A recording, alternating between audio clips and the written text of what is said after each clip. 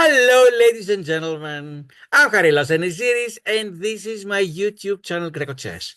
We continue the series of presenting games suggested to me by my Facebook friends. And in this video, it is the turn of my compatriot, my Greek compatriot, a candidate master. His name is Achilleas Zographos. And he has requested that I show two games.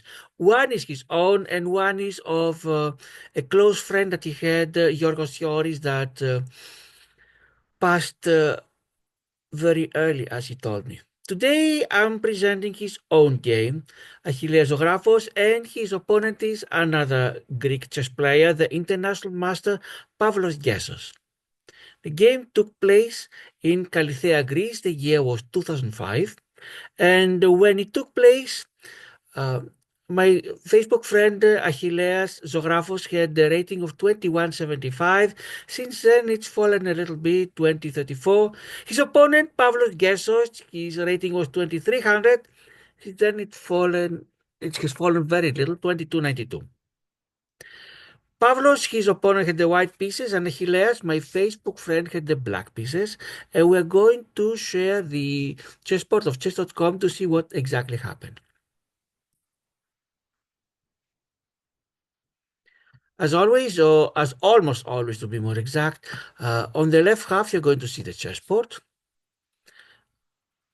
On the right half, you're going to see the computer evaluation with a positive number, meaning white is doing better, negative number, black is doing better. Computer will comment on the move, and if it's not the best, will tell us which move would have been the best and what are the best 5 options for the opponent. And the game starts with Pavlos sending his pawn to e4, the most common first move for white, and Achilles replies with the Sicilian defense, pawn to c5.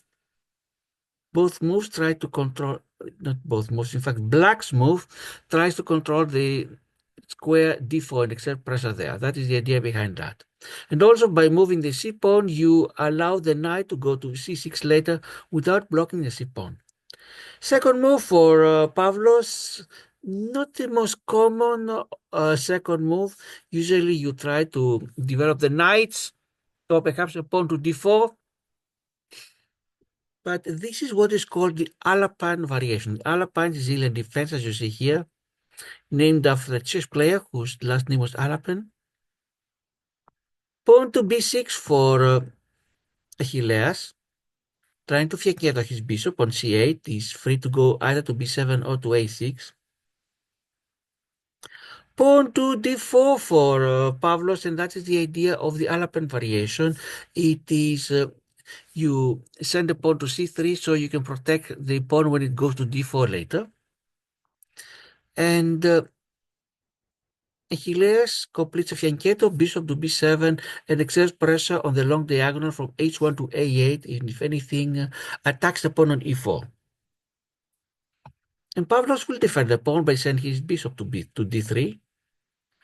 Knight to f6 for Achilles, that develops his knight and also again attacks the e4 pawn because it attacked twice, bishop b7, knight f6, and is defended only once by the pawn on e4, actually by the bishop on d3. And Pavlos will defend the second time the pawn by sending the queen to e2. And we complete the first 5 moves with Achilles taking on d4. After the first 5 moves, all of them are book moves, by the way. White has a very small advantage, 0.45, just because white is at the first. And let's continue the game. And as expected, Pavlos will take back on d4. Knight to c6 for Achilles, develops the knight, attacks the pawn on d4. And Pavlos defends it, sending the knight to f3. Knight to b4 for, by the way, the first 6 moves until here were book moves, but the moment that Pavlos played the second move, that knight goes to f3, although it was the best, it's not a book move any longer. We are leading theory. Again, the best move for Achilles, knight to b4. 7 moves for both players, all of them were either book or the best. Pavlos is going to send his knight to c3. Again, the best move. And Achilles will take the bishop on d3. Usually you want to exchange a knight for a bishop, rather have a bishop than a knight, especially when you have the two bishops like Achilles, even though one is a very wonderful one, great one, but the other is still blocked on f8. And of course, Pavlos will take the knight on d3. Pawn to e6 for Achilles to give some freedom to the bishop on f8, so now it's not blocked by the e7 pawn any longer. Bishop to g5 for Pavlos that pins the knight on f6. And until now, the first 9 moves, both players had best moves. Every move was either book or best. But now we have the first inaccuracy, so Pavlos pins the knight on f6, which means that if Achilles is careless and somehow touches his knight, the game is lost. Pavlos wins the queen and it's over. But at this level, players above 2000, it's extremely rare for players to make this kind of blunders, especially when we are still in the beginning and there is no time pressure. Achilles will try to break the pin by moving the pawn to h6. And for Achilles, all 10 first moves have been either book or best moves. Pavlos had just one inaccuracy, the other ones were book or best. And after the 10 moves, after this inaccuracy of Pavlos, Achilles is leading, you see, with 0.15 here. Let's continue the game, and of course Pavlos will save the bishop and keep the pin by sending the bishop to h4. And no pin any longer. Achilles breaks the pin by sending his bishop to e7. Kingside castling for Pavlos, and pawn to d6 for Achilles. Inaccuracy, says the computer.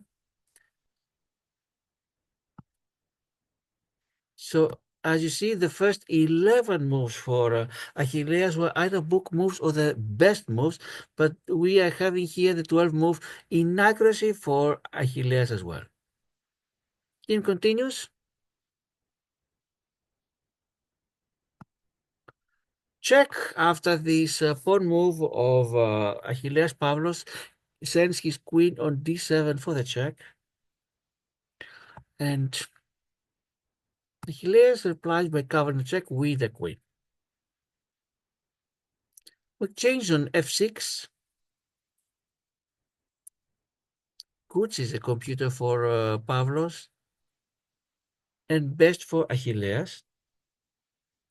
In case you wonder, the queen on b5 is protected by the knight on c3. So if Achilles would take the queen on b5, Pavlos would take it back with his knight on b7 and threaten a fork on c7. Of course, there are ways to defend this fork, but Achilles would rather not have to face such a thing. Next move, pawn to e5 for Pavlos. And pawn to c6 for Achilles, and now the white queen is really threatened.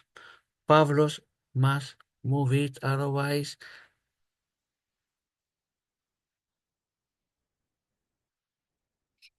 the queen is lost. We completed the first 20 moves, and according to the computer, Achilles has a very small advantage of 0.11. I'm sorry, we completed not the 20, the first 15 moves. Yes, the 15 moves, and Achilles has a small advantage of 0.11. Let's see how the game continues. And Pavlos, of course, as expected, moves his queen to e2. By the way, let's discuss a little bit. The pawn to e5 attacks the knight on f6, and the reply of Achilles is what's called danger level, meaning instead of defending his bishop, attacks something more important, which is the white queen. The reason why the bishop as a queen is because otherwise Achilles would have to move the bishop on f6, and where can it go? D8, you don't want it to be in the 8th round. E7 gives too much space for Pavlos. That's why this was the continuation. And of course, the queen goes to E2. Pavlos would rather save the queen than win a bishop and lose the queen. And now that the queen is safe, the bishop on f6 is still under attack. And Achilles must do something, and what he does is he takes the pawn on e5, and Pavlos takes back with his knight.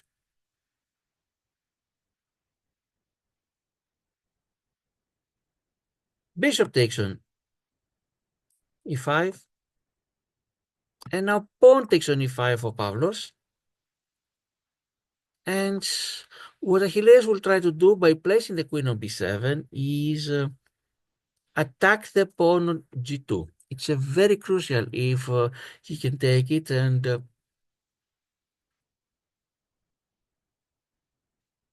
what Pavlos needs to do is find some way to protect. He cannot allow the pawn on g2, the pawn in front of the king, to be taken. How will he deal with that?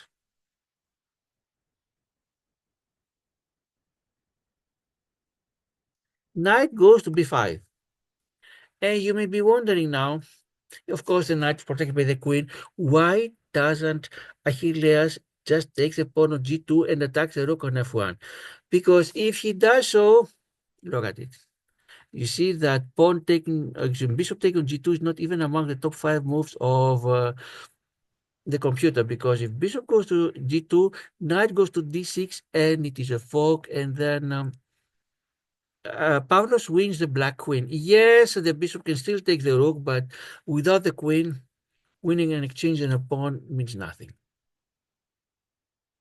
And of course, Achilles saw it. According to his notes, what he was thinking to do is take the bishop on b5, queen takes on b5, and then Achilles places his queen on d7, but he decided not to do it because this was a team game and his teammates were not doing so well, so he really wanted to play it safe. As I understand, he wanted to keep winning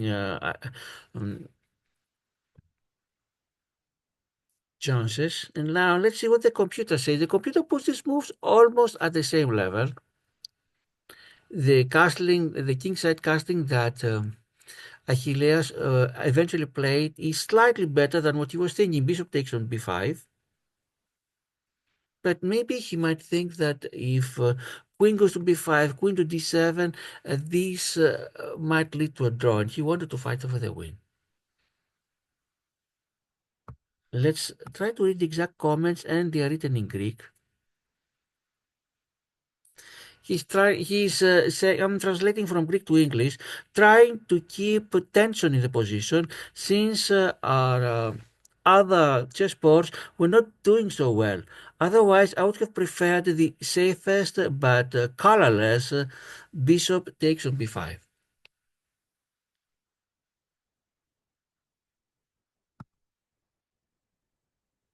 So Achilles castle kingside. Of course, queenside would be, I'm not even sure. Yes, it would be legal, but it would be very, very dangerous. Knight to d6 for Pavlos that now attacks the black queen. So, of course, the bishop cannot take on g2. Instead, Pavlos saves his queen by placing it on e7. Achilles saves it by placing it on e7. Best is a computer. And we've completed now, we really completed the first 20 moves. The game is even, almost even, only 0.12 advantage for Pavlos with the white pieces. And let's see how the game is going to continue. Rook to d1 for, from f1 to d1 for Pavlos. And rook from a8 to d8 for Achilles. Both sides are fighting for the open d file. Rook to d3 for Pavlos. and pawn to f6 for Achilles. What Achilles is trying to do is if he can get rid of the pawn at e5, then the knight on d6 is attacked twice by rook d8 and queen e7, defended only once by rook on d3. Of course, Pavlos has the time to place a second piece to protect the knight, but you'd rather have your knights being an outpost protected by a pawn, so that the other pieces can do other things. Pawn to f4. Why did Pavlos do it? So that if the f6 pawn takes on e5, then the f4 pawn will take on e5. And still the knight will be protected by a pawn. This knight on d6 is an outpost, a wonderful position on the 6th rank for white, or third for black, having a knight outpost, meaning without pawns that can attack it on the neighboring files. That is great for a knight. Let's see how the game continues. Pawn from f6 takes to e5 for Achilles, and pawn from f4 to e5 for Pavlos. Now, the knight is still protected by a pawn on d6, but there is a wonderful open file for Achilles' rook on f8. And Achilles will take advantage by sending to f4, perhaps trying to double it. Pavlos doesn't like it, and he wants to attack it, so he sends a pawn to g3. Computer thinks it's a mistake. Until now, the two games were more or less even. 0.24 advantage for Achilles is almost nothing. These two players get very small advantages going back and forth. But g3 now 1.55. That starts becoming important for Achilles.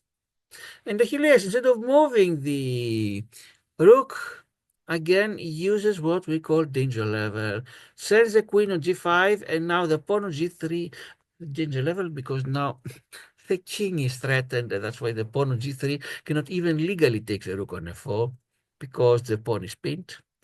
And computer thinks this is a great move, and we completed the first 25 moves with Achilles now having an advantage of 1.52. Let's see if this is enough to decide the game or what else remains.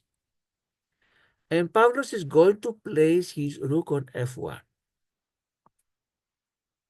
This is a mistake, says a computer, and Achilles says his notes, he says, yes, it's really a mistake, but Pavlos was under time pressure. Otherwise, what would he have played? Let's give a look at the note. He would have placed his rook on c3, bishop d5. Exactly, he would have played that way if there was no time pressure. He doesn't exactly specify how much time pressure. No, it's not in the score that I have. The computer says that this increases Achilles' advantage to 2.93. Now, it's not obvious why it's a mistake. And the players will continue what the computer recommends. As you see here, rook to f1 with a check for Achilles. Great move, says the computer. And now, computer would rather have the queen take on f1, but if he did so, then the pawn on e5 would be unprotected and this pawn would be lost. And the knight on d6 would be under danger. That is why Pavlos decided, even though the computer doesn't think it's the best move, to use the king to take on f1. Mistakes the computer, and now Achilles' advantage becomes even larger, 5.82. But how to continue? Because look at that, both sides have the same material. Queen, rook, one light piece, and 5 pawns. Pawn structure, 3 pawn islands each of them. What do we mean by pawn islands? White has one with the a2 b2, second with d5, and third g3 h2. Black has one with a7 b6, second is e6, and third is g7 h6. And you want to have as few pawn islands as possible. Pavlos has a wonderful outpost on d6. Of course, a bishop is better than a knight most of the times. And really, for people at my level, it's not clear why black is doing not just better, fantastically better. The advantage is more than an extra rook. What would you play as black? Queen goes to c1 with a check.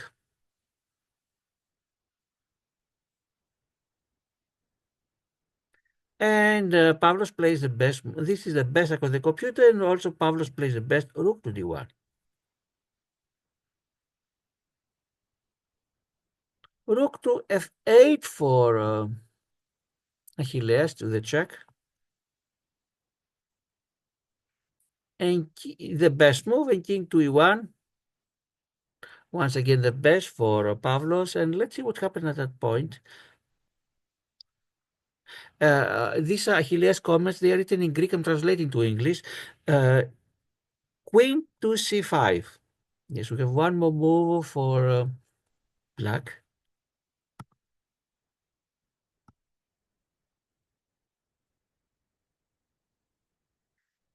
And the computer says it's the best and gives 5.68 advantage for Achilles, the black pieces, even though the material is the same.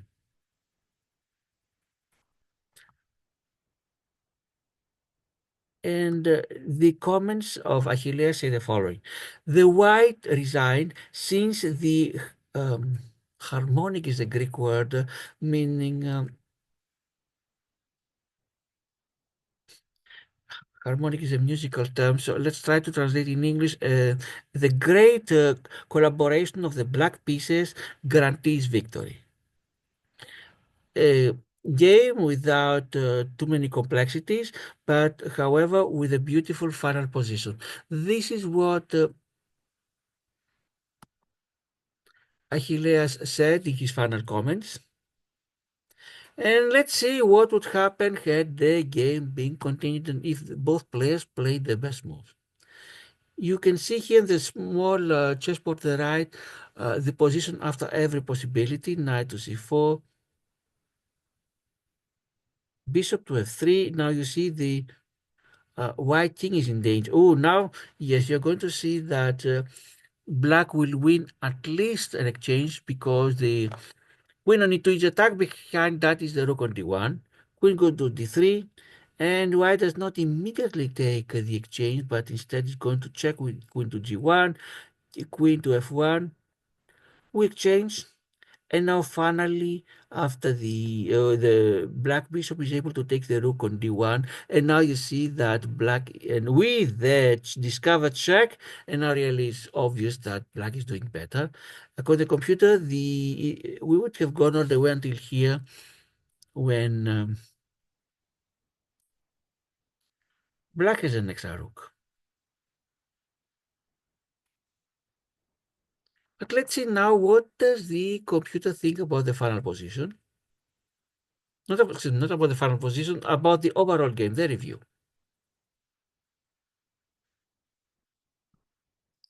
You can see that Achilles Ζωγράφος had 98.7% accuracy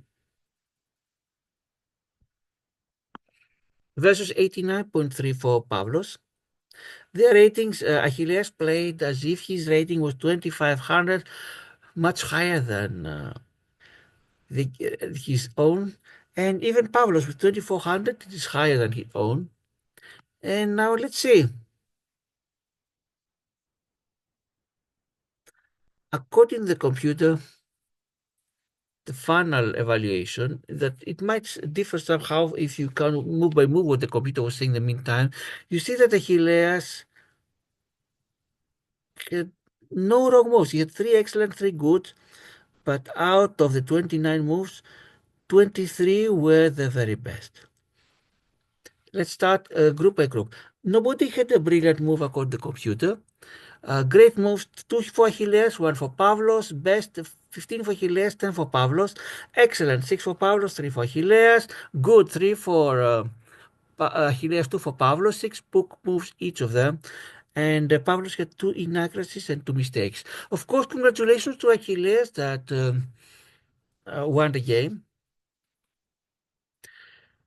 And also Pavlos had a great game as well, although slightly inferior to Achilles. That's why he ended up losing the game.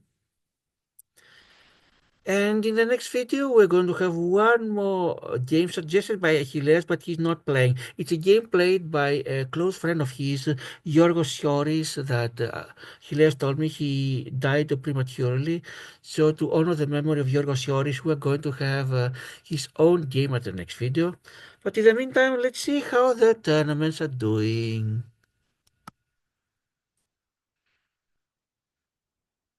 And in grecochess, nothing changes. In the underwater moonlight, how are we doing? 375 completed, 273 remaining, and let's see in the various pairing, the various groups. Oli Kimbo, 11 points at the group 1. Spider 19, Oliver Kimbo is from Australia, I think. Yes. Group 2, Spider 99 from Egypt is leading with 10 points. Group 3, the organizer of the tournament, Zanilo from Italy, leads with 10 points. Group 4, Iraq Lion from Egypt, 5 wins, 5 points. Also, Rishi Raj 3 has 5 points, but he also has 3 losses. Now let's see, is anyone without having missed any point? Group 1, nobody. Is anybody perfect, that is? In Group 2, we have the Moonlight Knight from Italy, has 5 wins, and Rams Mon from Italy have 4 wins. They have not lost anything. Group 3, anybody perfect? Yes. Maxim Govorucha, yes, the participant on the grecochess as well. He also participates here. He has 6 wins. Maxim Govorucha from the Ukraine. Group 4, Iraq Lion has 5 wins in 5 games, and Vivala Divya from India has 3 wins in 3 games. He the King from underscore 12 from Italy has 2 wins in 2 games, and so does Aaron Nightmare, and so does from Mexico, and so does Not Nerdy and third. No, sorry, he has 1 lost. The perfect players in Group 4 is Iraq Lion with 5 wins. The King 12 from Italy, and Aaron Nightmare from Mexico with 2 wins each of them. Group 5, let's see. MMT from Indonesia, 9 wins in 9 games. He's the perfect score. And so is Chinan Fu from Greenland, if I remember. Yep, they are perfect. While Pem Perez from Palestine, he has 9 wins but 1 loss. Group 6. Anybody perfect? I see David 8 by 8 by 8 by 8 from Brazil with 6 wins in 6 games. While in the leading position is Munja 44 from Croatia with 10 points. Group 7. Jendalf 66 from Uzbekistan. 11 wins, 11 points. I think he's doing the best of all. Tragis from Brazil, 8 wins. He's perfect with 8 wins. Group 8. This is my group. The only perfect people is Anil the 5860 from India. No, sorry, no. He's not perfect. He has too many losses. Altotemi from Netherlands has 1 win. Pedonix from Italy has 1 win. And March 404 has no wins, no losses. But ahead is Khaled Kadab with 4 wins and 1 loss. And I also have 4 points, but I have 4 wins and 5 losses. And the last group, Group 9. Perfect is Team Rocket from Australia with 5 wins in 5 games, and Lessa 4101 from Brazil, 3 wins in 3 games, and Lua 000 from Spain, 3 wins in 3 games, and ahead is Joy from South Korea, Joy OSJ with 6 points. That concludes this video. Thanks to everybody that has been watching, to the likes, to the subscribers, and to the encouraging comments. We'll continue, as mentioned before, with a game that is not one of my subscribers. Meaning, my subscriber is not competing, but it's the wish of one of my subscribers. That's it for now. Ladies and gentlemen, thanks for watching. Goodbye.